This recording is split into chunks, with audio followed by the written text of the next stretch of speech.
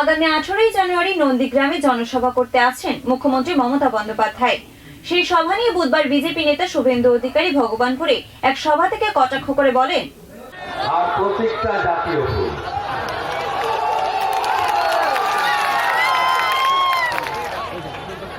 কবে দাঁড়িয়েছিলাম এখানে বিধানসভার ভোটে 2001। আমাকে কিন্তু তৃণমূল কংগ্রেস বা মমতা ব্যানার্জি ভালোবেসে সেদিন প্রতীক দেয়নি। কেন দিয়েছিল? প্রথমে চৈতন্যময় নন্দকে প্রার্থী করলো। চৈতন্যময় বাবু বললেন যে দিদি আপনাকে ভালোবাসি, কিন্তু দাদার বিরুদ্ধে লড়বো না। দাদা কিরণময় নন্দ। তারপরে খেলায় না পড়লে বিড়াল গাছে ওঠে না, প্রার্থী পাওয়া গেল না। সেদিনকার তরুণ শুভেন্দু তাকে 15 দিন আগে মাঠে নামানো হলো। কিরণময় বাবু 30,000-এর কম ভোটে জিততেন না, আমি 4,600-তে নামিয়ে দিয়েছিলাম, তাই তো? 3-10 পেলে কিন্তু কিরণময় বাবু সেদিন হারিয়ে দিতে পারতাম। যাই হোক, মাটিকে প্রণাম জানাই এবং আমরা বঙ্গোপসাগরের পাশে থাকি, নদীর পাশে থাকি। আমাদের এখানে বড় উৎসব হচ্ছে মকর। আগামীকাল শুভ মকর সংক্রান্তি, পৌষ সংক্রান্তি। ঘরে ঘরে পিঠা হবে, চারিদিকে গঙ্গোৎসবের একেবারে খুশির আমেজ। আমরা এখানে সমবেত হয়েছি। আমি প্রথমেই আমার প্রিয় ভগবানপুর 2, বিশেষ করে অর্জুননগর, বোরজ, দুঠিয়া, মুগবেড়িয়া, এই যে মন্ডল, এই জোন, পাশের আড়গোয়াল সাউথ খণ্ড, ওপারে বাথুয়াড়ি, ভাজাচাউলি, এপাশে কুমিল্লা। আমি আপনাদের সবাইকে আমার অন্তর থেকে জাতীয়তাবাদী গৈরিক অভিনন্দন জ্ঞাপন করি। তো সভা, তার এই সাংগঠনিক জেলার সভাপতি প্রদীপ চন্দ্র বরকে আন্তরিক অভিনন্দন জানাই। তিনি ডক্টর ভীমরাও আম্বেদকরের আদর্শে তফসিলি সম্প্রদায়ের মানুষের অধিকার নিয়ে আরো লড়াই করুক, আরো বেশি করে তফসিলি সম্প্রদায়ের মানুষ ভারতীয় জনতা পার্টির পতাকার নিচে সামিল হোক, এই প্রার্থনা আমি করব। এখানে আমার বিশেষ অনুরোধে, অনেক কাজ থাকা সত্ত্বেও, এই বাংলার একজন প্রতিবাদী মুখ আমরা দেখেছি যে গত কর্মীরা শুধু ভারতীয় জনতা পার্টি নয়, যেখানে মানবাধিকার লঙ্ঘিত হয়েছে সেখানে ভারতীয় জনতা পার্টির এই নেত্রী লকেট চট্টোপাধ্যায় পৌঁছেছেন, প্রতিবাদ করেছেন, সাহস নিয়ে লড়াই করেছেন। তার সাংসদ হিসেবে গত 1.5 বছর আমরা পার্লামেন্টে দেখেছি কিভাবে তিনি বাংলার সমস্ত মানুষের মনের কথা কখনো বাংলায়, কখনো হিন্দিতে, কখনো ইংরেজিতে দেশের মানুষের কাছে তুলে দিয়েছেন। তাকে আমি ব্যক্তিগতভাবে অনুরোধ করেছিলাম অনুপবাবুর পক্ষে যে আপনাকে আসতে হবে এবং বলতে হবে সবাই চাইছে আপনাকে, তিনি এসেছেন। আমি দুলাল চন্দ্র বরকে ধন্যবাদ জানাবো। আমরা একসঙ্গে অনেকদিন রাজনীতি করেছি, অ্যাসেম্বলিতে একসঙ্গে কাজ করেছি এবং দুলাল বর তার এলাকায় বাগদাতে আমাকে নিয়ে গেছে, আমার এলাকায় থেকে তাকে নিয়ে এসেছি। অত্যন্ত লড়াকু নেতা, কয়েক মাস দায়িত্ব নিয়ে কোচবিহার থেকে কাকদ্বীপ একেবারে সংগঠনকে, শাখা সংগঠনকে মজবুত করেছেন। আমাদের সুদাম বাবু, অসীম বাবু সহ সান্দাকোটি জেলার জিএস মোর্চার নেতারা সবাইকে, আপনাদের এখানে প্লাস্টিকে একটু জল ছাড়া আর কিছু মনে হয় ব্যবস্থা বিজেপি নেতারা করতে পারেনি। তাই আমরা বেশি কথা বলবো না, কারণ এই তো সবে শুরু হলো। আপনি তো জানেন আমি বুথে বুথে এবং মায়েরা যেমন ঘরে বা বাথরুমে, কলতলাতে শ্যাওলা পানা পরিষ্কার করেন ব্লিচিং দিয়ে, ফিনাইল দিয়ে, তেমনি এই তৃণমূল কংগ্রেস প্রাইভেট কোম্পানিকে পরিষ্কার করতে গেলে আমাদেরকে গ্রামে গ্রামে অনেক আসতে হবে। সব জায়গায় গাড়ি ঢুকবে না, বাইকেও চাপতে হবে, পায়েও হাঁটতে হবে।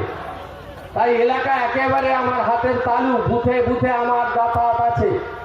আপনারা পাবেন। আমি আমার পুরনো দলের জন্য যদি 10 করে থাকি, ভারত পৃথিবীর সর্ববৃহৎ রাজনৈতিক দল, জাতীয়তাবাদ, বহুত্ববোধ, দেশপ্রেমের আদর্শে তৈরি হওয়া এই ভারতীয় জনতা পার্টি, তাকে হৃষ্টপুষ্ট বলিষ্ঠ করে আগামী বিধানসভা নির্বাচনে এই প্রাইভেট লিমিটেড কোম্পানিকে তুলে ফেলে দেওয়া গণতান্ত্রিক ভাবের জন্য আমি 10-এর বদলে 100 ভাগ কাজ করব। আমি আপনাদের কাছে কথা দিতে চাই। আপনারা জানেন গোটা পশ্চিমবঙ্গ জুড়ে আর নয় অন্যায় আওয়াজ উঠেছে। গোটা পশ্চিমবঙ্গ জুড়ে আজকে বেকারদের যন্ত্রণা সামনে এসেছে। এখানে একটু আগে একজন এসসি মোর্চার মন্ডল সভাপতি আমাকে ভাই বলছিল, ছোট ভাই, আমার থেকে অর্ধেক বয়স হবে, আমাকে বলছিলেন একটু আগে যে দাদা, ভারতীয় জনতা পার্টির সরকার তো হবে, দেখবেন যাতে প্রত্যেক বছর এসএসসিটা হয়। এরা 7 বছর ধরে স্কুল সার্ভিস কমিশন করেনি। আজকে আপনারা দেখুন 2014 সালের পরে স্কুল সার্ভিস কমিশনে নিয়োগ হয়নি। লক্ষ লক্ষ কোটি কোটি বেকারকে সর্বনাশের দিকে ছেড়ে দিয়েছে। আপনারা দেখছেন টেটে কি কেলেঙ্কারি হচ্ছে। আপনারা দেখছেন পাবলিক সার্ভিস কমিশনের খাতা কিভাবে বদল হচ্ছে। আপনারা দেখছেন যে উচিত মূল্য, উচিত বেতন, সে প্যারা টিচার হতে পারে, সিভিক ভলেন্টিয়ার্স হতে পারে, প্রাণী মিত্রা হতে পারে, সে আশা কর্মী হতে পারে, আইসিডিএস এর কর্মী হতে পারে, ভিআরপি হতে পারে, অসংখ্য এই ধরনের নাম আমরা বলতে পারি, শুধুমাত্র ভোট ব্যাংক তৈরি করার জন্য আর অনুপ্রেরণায় অনুপ্রাণিত করার জন্য, আর শুধু সস্তায় হাততালি লাগিয়ে মোড়ে মোড়ে ছবি টাঙানোর জন্য এই কর্মসূচিগুলো করে এই রাজ্যের বেকারের সংখ্যা 2 কোটি করেছে। আপনারা একটাও দেখাতে পারবেন না যে পশ্চিমবাংলায় গত 9.5 বছরে একটা বড় শিল্প এসেছে।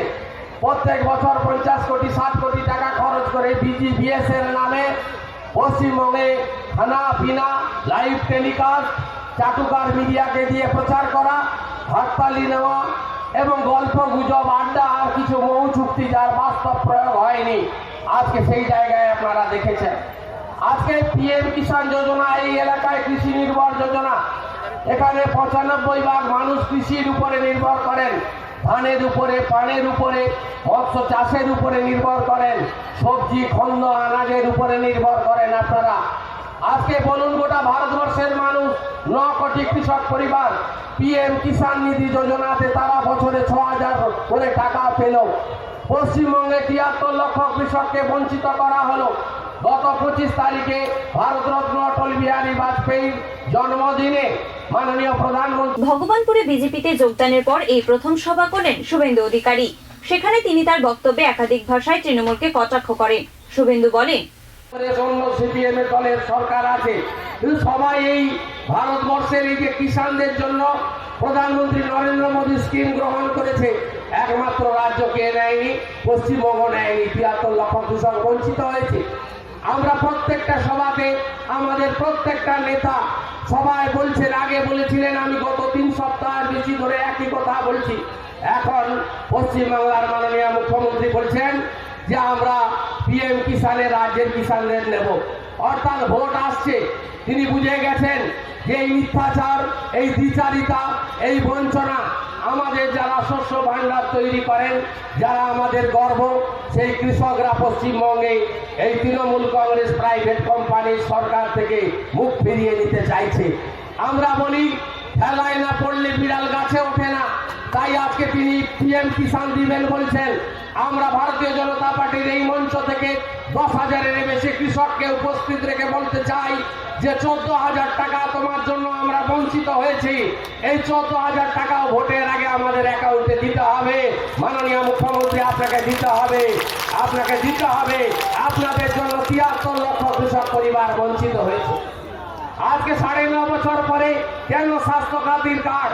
গমের দুয়ারে সরকার না আপনার দুয়ারে সরকার। আপনি বলুন, 9.5 বছর ধরে কোথায় ছিল এরা? 9.5 বছর কেন সরকার আসেনি? এর আগে 3 কোটি লোককে স্বাস্থ্য সাথীর কার্ড দিয়েছে। সেই স্বাস্থ্য সাথীর কার্ডে একজন কেউ চিকিৎসার সুযোগ পায়নি। কেউ হাত তুলতে পারবেন না যে আমরা স্বাস্থ্য সাথীর কার্ডের সুযোগ পেয়েছি। একটা ফর্ম ফিল আপ করিয়ে একটা কার্ড দেওয়ার নাটক করে কিছু ধামা ধরা মিডিয়া, বিশেষ করে প্রিন্ট মিডিয়া সকালবেলা এরা নিজেদের অ্যাডভার্টাইজমেন্টের জন্য একটা অংশ তারা এই সমস্ত মিথ্যা প্রচার মানুষের মধ্যে বিভ্রান্ত করতে চাইছে। আওয়াজ তুলতে হবে পিএম কিষানের মতো যে আমাদের আয়ুষ্মান ভারত দিতে হবে, কারণ পশ্চিমবঙ্গের স্বাস্থ্যসাথী কার্ড ভেলোরের সিএমসিতে চলে না, আমাদের কার্ড কটকের নার্সিংহোম নেয় না, আমাদের এই স্বাস্থ্যসাথীর কার্ড দিল্লির এইমস নেয় না, আমাদের এই স্বাস্থ্যসাথীর কার্ড আমাদের দেবী সেটির হসপিটাল নেয় না, এই স্বাস্থ্যসাথীর কার্ড আপনার মুম্বাইতে টাটা ক্যান্সার সেন্টার নেয় না। কিন্তু আমাদের যশস্বী প্রধানমন্ত্রী নরেন্দ্র মোদীর তৈরি করা আয়ুষ্মান ভারতের কার্ড গোটা ভারতবর্ষে 5 লক্ষ টাকা পর্যন্ত চিকিৎসায় সুযোগ পাওয়া যায়। আপনারা পঞ্চায়েত এলাকায় বাস করেন, 100% গ্রামীণ এলাকা, আপনি বলুন তো এই যে তৃণমূলের পঞ্চায়েতের বাবুরা আছেন যারা আমফানের টাকা ঝেড়েছে, যারা নিজেদের বাড়িতে গোমাতাকে আমরা শ্রদ্ধা করি জানেন, এদের হিন্দু লোকেরা আজকে গরু নেই ঘরে, গরু মারা গেছে বলে 30,000 টাকা নিয়েছে আমফানে, তালিকা আমার কাছে আছে। পানের বরজ নেই বলে টাকা নিয়েছে, প্রধানমন্ত্রী 1,000 কোটি দিয়েছিল, ছেড়ে ফাঁক করে দিয়েছে। আপনারা বলুন তো আজকে বাংলা আবাস যোজনা বলছে যে তোর ঘর দিয়েছি, কেন তুই তৃণমূলের মিছিলে হাঁটবি না? ঘরটার নাম কি বাংলা আবাস যোজনা? বন্ধুরা, প্রধানমন্ত্রী আবাস যোজনা। কদিন আগে নারকেল ফাটিয়ে বলছে পথশ্রী করলাম, আরে এটা তো ইঞ্জিনিয়ারিং আর RIDF এর টাকা, এটাও তো দিল্লির টাকা, আমরা বিজেপির টাকা বলি না, দিল্লির টাকা বলি, ভারত সরকারের টাকা বলি। এই যে বাড়িতে বাথরুম গুলো দিয়েছে সেখানেও ঝেড়েছে, পায়খানা থেকেও টাকা খেয়েছে, সেখান থেকে যে টাকা ঝেড়েছে সেখানে আপনারা জানেন এই 9,000 টাকা করে প্রত্যেক বাড়িতে কোথা থেকে এসেছে? এটা প্রধানমন্ত্রীর স্বপ্নের প্রকল্প স্বচ্ছ ভারত প্রকল্প। এখানে নাম বদলে কি করেছে নির্মল বাংলা অভিযান। তাই এই ধাপ্পাচার মিথ্যাচার 420 পার্টিকে আপনাকে বিদায় দিতে হবে। আমার উপর খুব রাগ, পায়ে কাঁটা ফুটেছে না? শুভেন্দু অধিকারী বিজেপিতে কেন গেল? আঞ্চলিক দল তো করতে পারত, তাহলে কিছু ভোট কেটে তোমাকে সুবিধা করে দিতাম, আর আমি মরে যাওয়ার পর আমার ভাইপো এই পার্টির নেতা হতো।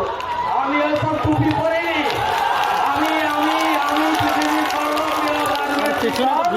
বিজেপির সদস্য পদ দিয়েছি, আর আমাদের নেতা অমিতজি বলে গেছে ইসবার 200 পার। ভগবানপুর তো জিতে গেছে, হাওয়া বলছে, আমি তো পাল বুঝি, মাটি বুঝি। আমি তো 2000 আগে অর্জুননগরে অনেক জায়গায় মিটিং করতে পারি। আমি বলছি আপনাদের, আমাদের সব ভোটকে এক জায়গায় আনতে হবে, পদ্ম ফুলে আরো শক্তিশালী করতে হবে। শুধু ভগবানপুর জিতালে হবে না, একটু দূরে পটাশপুরকেও নড়িয়ে দিতে হবে,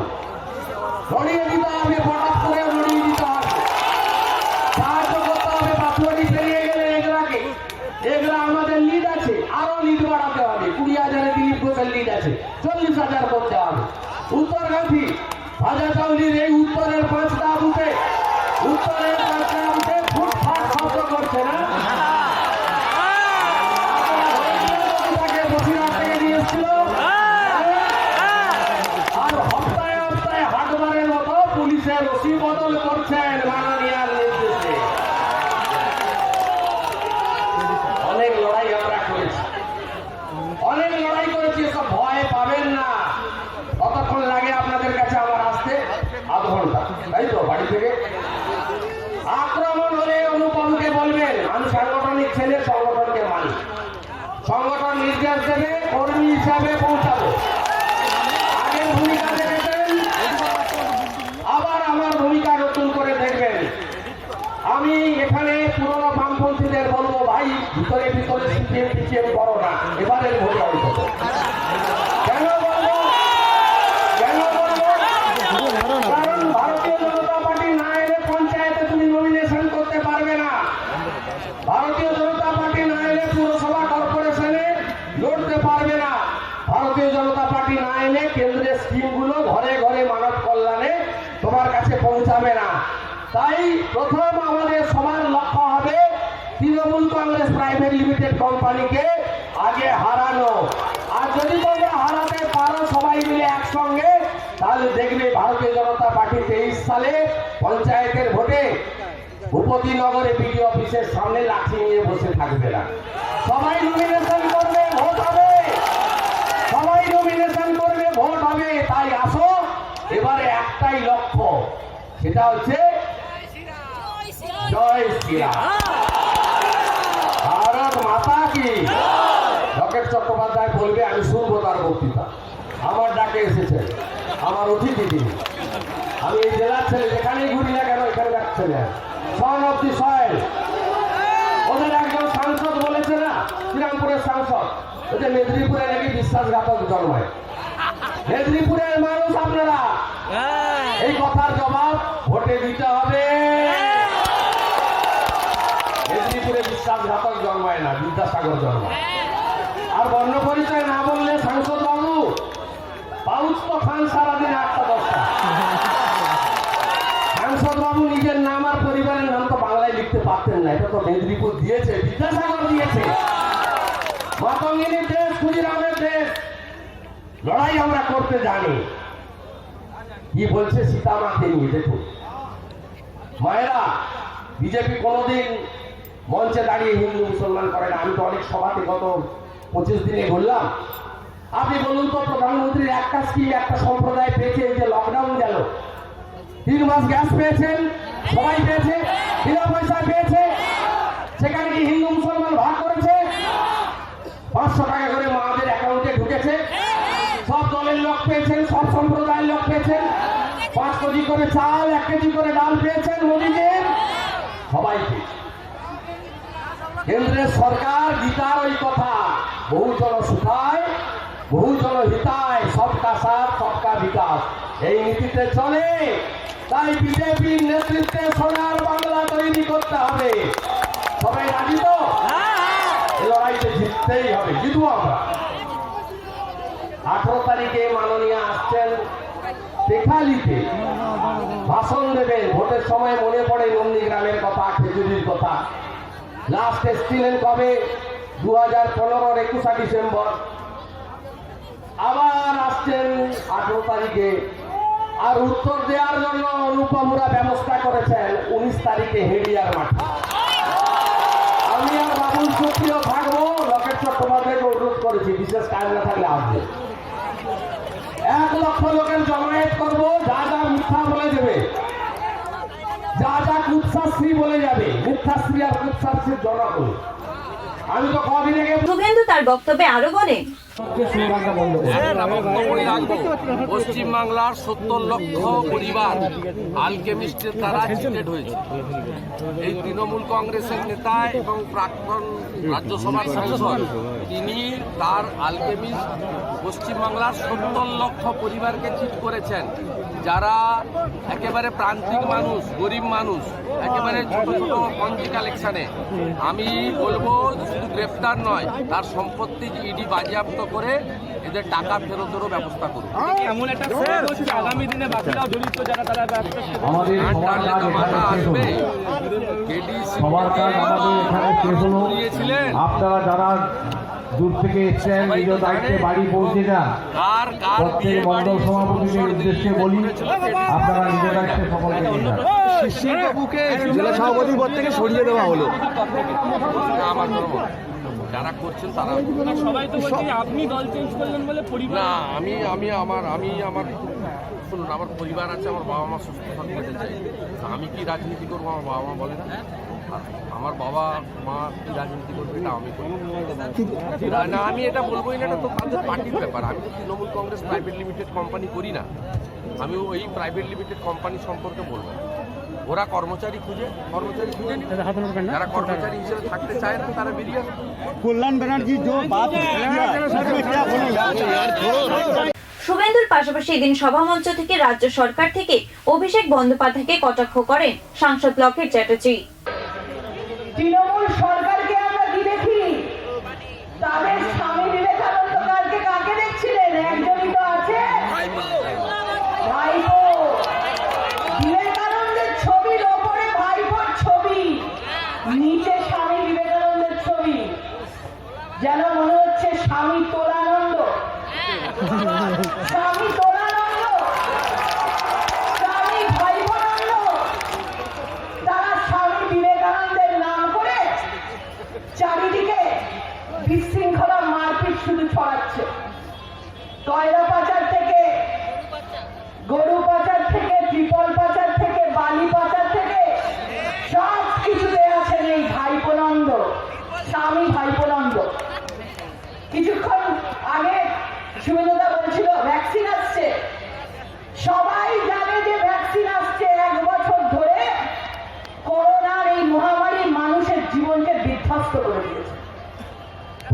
মুখ্যমন্ত্রী বারবার মিটিং নিয়েছেন, সব মুখ্যমন্ত্রীদের দেখেছেন, কিন্তু বাংলার মুখ্যমন্ত্রী সেই মিটিংয়ে কখনো অংশগ্রহণ করেন।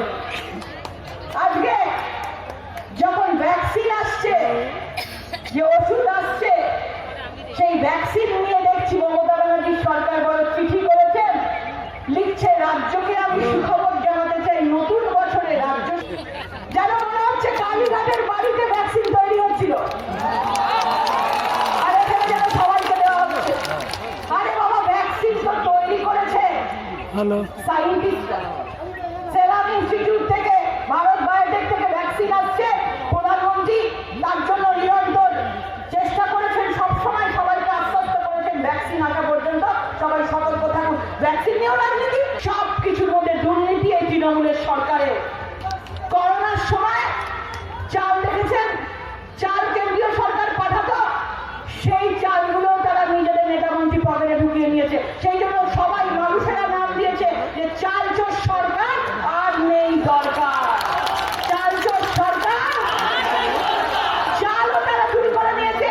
এইবার তো সবাই বলবে ভ্যাকসিন চোর সরকার আর নেই দরকার, ভ্যাকসিন চোর সরকার আর নেই দরকার। এই সরকারকে 2021-এ যত তাড়াতাড়ি বিদায় করা যায় তত আমাদের মঙ্গল। সেই জন্য আমাদের আগামীকাল পৌষ সংক্রান্তি, সবাই ভালো করে পুজো করুন, প্রার্থনা করুন। এই দুর্নীতি থেকে এই সরকারকে মুক্তি পেতে গেলে তাড়াতাড়ি যেন আমাদের ভারতীয় জনতা পার্টির সরকার যেন আমাদের এখানে চলে আসে, বাংলায় চলে আসে।